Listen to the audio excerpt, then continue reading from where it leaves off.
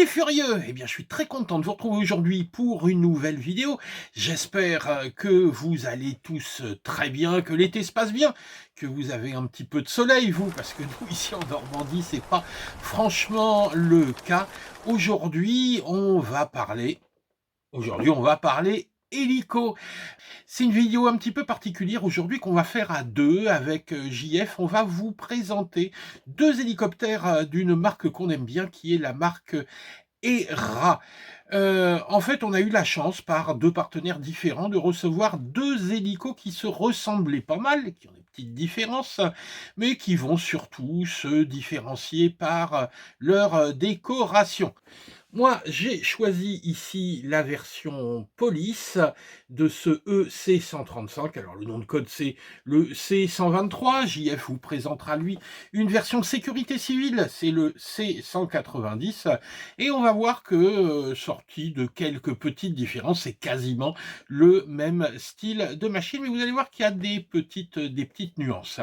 Donc, avec JF, on fera le comparatif entre ces deux machines. Et moi, j'essaierai de replacer cet appareil, je dirais en comparaison avec des engins qu'on a déjà présentés sur la chaîne, à savoir le C127, ou encore le F06 ou le E135. Donc des machines que vous avez appris à connaître avec nous, et vous allez voir, quand on les met côte à côte, eh ben, il y a des petites nuances, des différences de prix également. Donc on va essayer de dépatouiller tout ça pour savoir ce qu'on a vraiment envie d'acheter. Allez, on commence par le déballage de cet hélico de la police. Attention. Allez, bonne vidéo. Allez, on va commencer par jeter un petit coup d'œil sur la boîte de notre C123. Il n'y a pas grand-chose d'intéressant à dire, juste deux petits points. Ça, vous pensez bien à le garder. Cette petite étiquette, c'est ce qu'on appelle le SKU.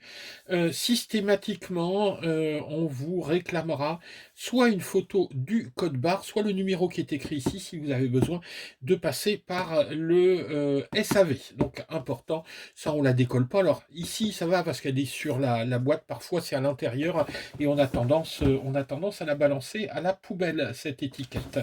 Deuxième chose, on voit ici tous les modèles de chez ERA. Alors vous allez en reconnaître évidemment un certain nombre. Ça, JF l'a fait. Celui-là, je vous l'ai fait. Je vous ai fait celui-là. Je vous ai fait celui-là. On va vous faire celui-là. Celui-là, j'aurais bien aimé vous le faire, mais il n'est pas dispo en ce moment. Il sera dispo qu'au mois d'août et j'espère bien pouvoir le récupérer à ce moment-là. Regardez, un beau, bel 206 à l'échelle de celui que je vais vous montrer aujourd'hui. Allez, la boîte, c'est bien, mais ce qu'il y a dedans, c'est quand même ce qui nous intéresse. Donc on va ouvrir ça. Hop, voilà, donc un packaging classique chez ERA.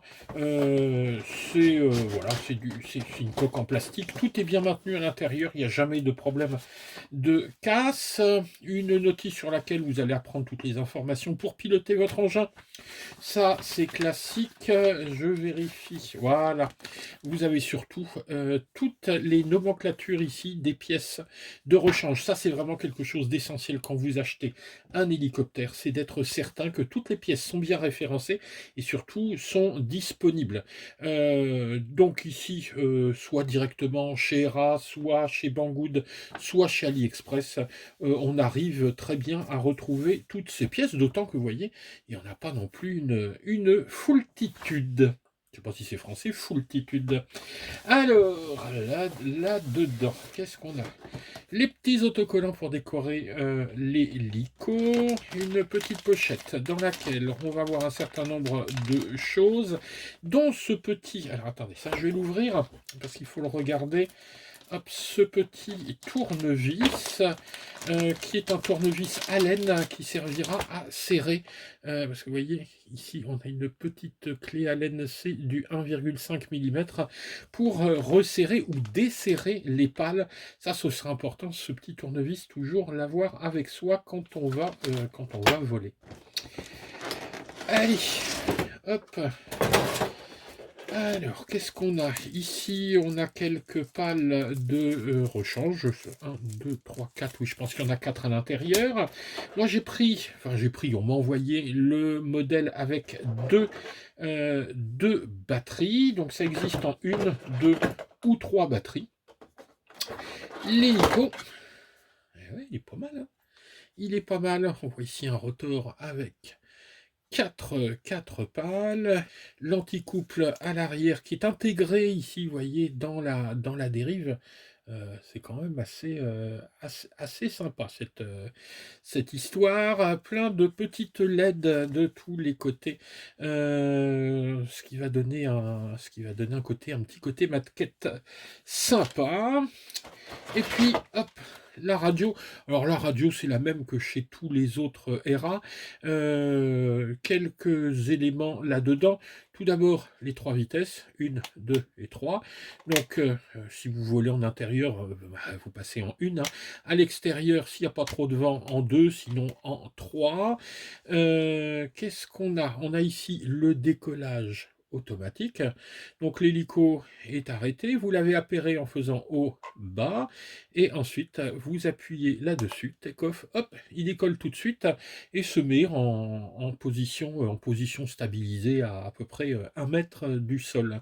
Si vous l'atterrir, pareil, vous avez un bouton automatique, sinon vous pouvez juste descendre et attendre que le moteur se coupe. On a également ici l'arrêt d'urgence, si on maintient appuyé, au bout de 2 secondes, le moteur s'arrête, quel que soit l'endroit où se trouve l'hélico. S'il se trouve à 5 mètres de haut, que vous appuyez 2 secondes là-dessus, il va descendre les 5 mètres en une demi-seconde. Ça va aller vite. Mais ça peut être intéressant quand on est dans une situation de danger, qu'on a perdu par exemple le contrôle, que ça se dirige vers des personnes essentiellement, hein. Ça, c'est vraiment une règle en aéromodélisme. Plutôt que de préserver l'appareil, il faut préserver les gens en priorité. Voilà, hein, c'est la règle, on écrase son appareil plutôt que d'écraser les gens, quel que soit d'ailleurs le prix de l'appareil. Alors, on va refermer ça. Alors, la radio, tiens, lui je le mets là, parce que il est tout beau, hein. La radio, il y a besoin de 4 piles. Et j'avais prévu mon coup, ici, 4 piles. Moi, j'appelle ça des LR6 parce que je suis un vieux crouton. Ça s'appelle des double A, hein, et puis les petites, ce que moi j'appelle les LR03, ça s'appelle triple A. Ça, c'est des 2A, des LR6. Hop. Alors, est-ce que ça marche? Oui, elle s'allume. Merveilleux. Ensuite, l'hélicoptère. Alors, cet hélico, on va en parler un petit peu avant de lui mettre une batterie. Tout d'abord, sa taille. On a ici un rotor qui fait 25 cm ici de diamètre et une longueur. Ici, on est à 28 cm. Vous voyez, 20 et ouais, 28 cm. Donc 28 et 25 pour le rotor. Alors, ici, on peut s'amuser à faire une petite comparaison. Je vous en ai préparé quelques-uns. Hop, voilà ici le petit C187. Hop, et un plus gros ici, le F06. Voilà. Donc là, on va se rendre compte de la taille de notre engin et surtout de la gamme de prix dans laquelle on se situe.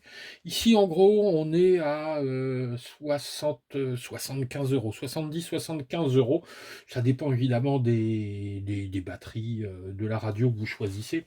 J'ai regardé les prix ce soir, oui, c'était dans les 75 euros. Celui-ci, on est plutôt dans les 130, 130, 140 euros. De toute façon, je vous mets la fiche produit avec le prix ici. Je ne me rappelle plus en fait. Et celui-ci, le F06, qui est quand même beaucoup plus gros et beaucoup mieux fini, évidemment, hein. C'est pas les mêmes performances. On est à un tout petit peu en dessous de 200 euros. Donc finalement, vous avez toute la gamme ici. Ce sont des appareils qui s'utilisent un peu de la même façon, mais bien évidemment, d'un point de vue technologique, ils n'auront pas les mêmes performances, hein, voilà. On est dans le sens ici des performances. Là, un appareil, qui va, bénéficier à peu près de la même technique, mais moins abouti que sur les autres et celui-ci qui sera évidemment le plus haut de gamme. Alors qu'est-ce qu'on a d'intéressant, là-dedans? Tout d'abord la motorisation. Ici, on dit qu'elle est en direct drive, c'est-à-dire qu'on a un moteur brushless à l'intérieur qui entraîne directement l'arbre. C'est-à-dire qu'il n'y a pas d'engrenage à l'intérieur. Donc là, on a du brushless. Ici, on était sur du brushed. Là, évidemment, on est sur du brushless direct drive également. Et on va également avoir un petit moteur brushless au niveau de l'anticouple, là où sur celui-ci, on avait un brushed. Heu, la stabilisation de cet appareil, elle est maintenue par, plusieurs systèmes. Tout d'abord, le gyro, évidemment, qui va assurer une stabilisation ici, dans l'espace. Et puis ensuite, le maintien d'altitude, qui est permis grâce à un baromètre. Et enfin, la stabilisation au sol, à l'aide ici, vous voyez, d'un petit capteur qui est un capteur optique qu'on retrouve également sur, hop, les autres appareils, hein. Hop, il est ici. Mais bien évidemment, ces capteurs, n'auront pas les mêmes résultats, hein, dans chacune des gammes. Autant celui-ci, vous l'avez vu dans la démonstration, le capteur est ultra efficace. Quand vous volez, s'il y a pas trop de vent, vous posez l'appareil, hein, vous le mettez à une certaine altitude, il ne bronche pas, hein. Celui-ci, c'est pas le cas du tout, hein, on l'avait vu dans la démonstration, il a tendance à se promener un petit peu. Et ben, on va voir celui-ci en vol. En fait, j'en sais rien, je l'ai pas encore fait voler. Au niveau des performances, alors tout d'abord au niveau du temps de vol, on est, bah, comme pour les autres, hein, aux alentours d'une dizaine de minutes. Alors, si vous utilisez, hop, cette petite fiche, parce que le chargeur est intégré à l'intérieur, donc vous voyez, vous n'avez que la petite fiche USB-C à utiliser. Hop, on va sortir. Donc on se branche, tac, ici. Ça, sur l'ordi ou sur votre chargeur de téléphone. Sur l'ordi, il donne à peu près 1 heure, hein, de charge. Ça sera, je pense, un petit peu moins si vous passez par votre chargeur de téléphone. Tout dépend évidemment du chargeur. Vous pouvez utiliser un chargeur 1 ampère ou 2 ampères. Bah, montez pas plus loin, hein, je pense. De toute façon, hein, tout est régulé à l'intérieur. Il y a aucun danger. Alors, il me semble, je suis pas tout à fait sûr, mais qu'on a une petite LED. Quand la LED rouge, est allumée, c'est qu'il est en charge. Elle doit s'éteindre en fin de charge. Je vérifierai, j'en suis pas, totalement sûr parce que, bah, vous voyez, hein, je viens d'ouvrir la boîte, j'ai pas encore testé l'engin. Le poids, c'est 165 grammes. Alors, la batterie. Alors, la batterie, elle va se placer à l'intérieur du cockpit. Et là, on est sur le premier point faible de l'appareil. Et moi, ça, j'aime pas. Sur l'autre, c'est un petit peu la même chose. C'est que ben, on a toujours peur de casser la petite canopie ici. Donc il faut vraiment faire attention. Voilà, quand on la déboîte, y aller tout doucement, d'autant qu'il y a un fil à l'intérieur, parce qu'on a ici une petite LED, hein, à l'avant, un petit phare d'approche. Une fois qu'on a ouvert, on va glisser, voilà, notre batterie à l'intérieur, clac, et là, vous avez un petit blocage, hein, on appuiera dessus pour retirer la batterie. Puis l'interrupteur est ici, clac, voilà. Donc, on va tout simplement mettre notre hélicoptère en attente et refermer délicatement. Hop, voilà. Ah, pour une fois, j'ai réussi du premier coup. Donc, refermer délicatement notre canopie. Alors, regardons un petit peu, bah, tout d'abord les éclairages. Du vert sur la droite. Ici, on aurait dû avoir du blanc, hein. On a du rouge, mais c'est pas grave. Et ici, on a du rouge. Donc, on a bien les bonnes couleurs, hein. Vert et rouge de chaque côté. Ici, on a du rouge là au-dessus. On a du rouge au niveau pilote.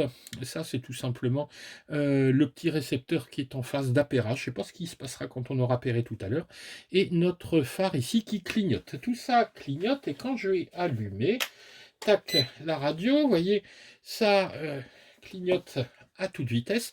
Et là, je vais appairer en faisant haut, bas, clac, voilà. Et ça s'appaire. Et là, l'hélico est prêt à être utilisé. Alors évidemment, je suis en intérieur, je ne vais pas vous faire un décollage automatique. On va se tenter ici un allumage des moteurs, en espérant que le truc ne monte pas au plafond, parce que sinon je suis mal. Aïe, aïe, aïe, aïe, aïe. Voilà. C'est parti. Alors je fais gaffe. Donc on va éteindre, voilà, en amenant, plac, vers le bas, et hop, c'est éteint. Voilà, donc ça c'est juste pour vous montrer la rotation du rotor. Voilà. Pour alors ce que JF nous aura fait, lui, sa revue sur son C190, faire un petit comparatif entre les deux, il semblerait que le sien soit un petit peu différent. Alors on est sur la même gamme de produits, il est très légèrement plus grand, le sien je crois qu'il fait 2 ou 3 cm de plus. Il a surtout une pale en plus, il a un rotor avec 5 pales. Je ne pense pas que ça change grand-chose, mais le reste de l'allure, vous allez le voir, c'est exactement le même modèle, sauf que il aura lui une décoration sécurité civile. Bah écoutez, il ne nous reste plus qu'à aller le tester en vol en espérant que ça se passe bien.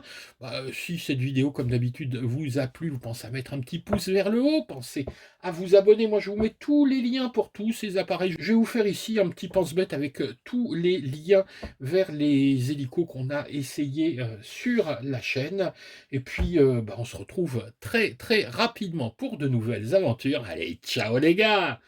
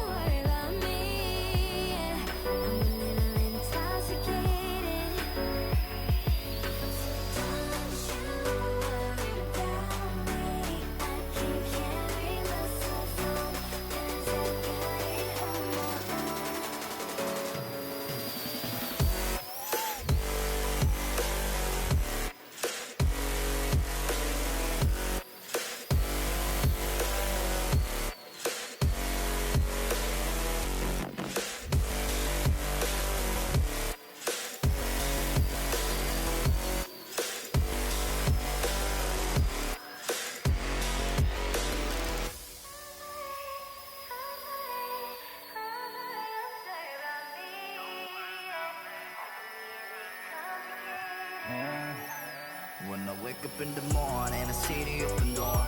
Don't remember closing it. Ain't nobody coming, but I never keep it shut.